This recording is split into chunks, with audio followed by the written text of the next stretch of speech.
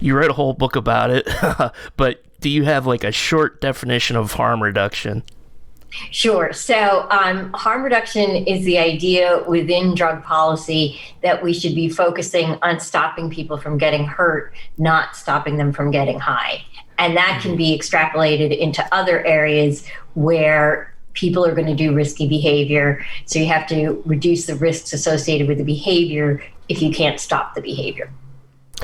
Yeah, and you said it does go into other areas like, well, I mean, this is kind of the same topic, but drinking and driving versus banning alcohol would be maybe a example of harm reduction that involves legal drugs. Well, and I mean, the designated driver is a really good example of that because it only requires one person not to drink, and it is presumably a rotating duty. So it allows drinking, but not drinking and driving, which is good.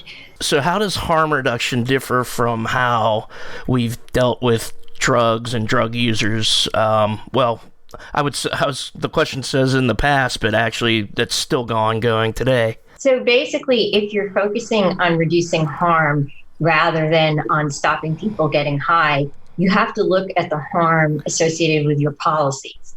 So if your policy is to arrest somebody for smoking weed, and that person now has a criminal record and they lost their job and they can't get a student loan, et cetera, is that really less harmful than the smoking weed itself would have been?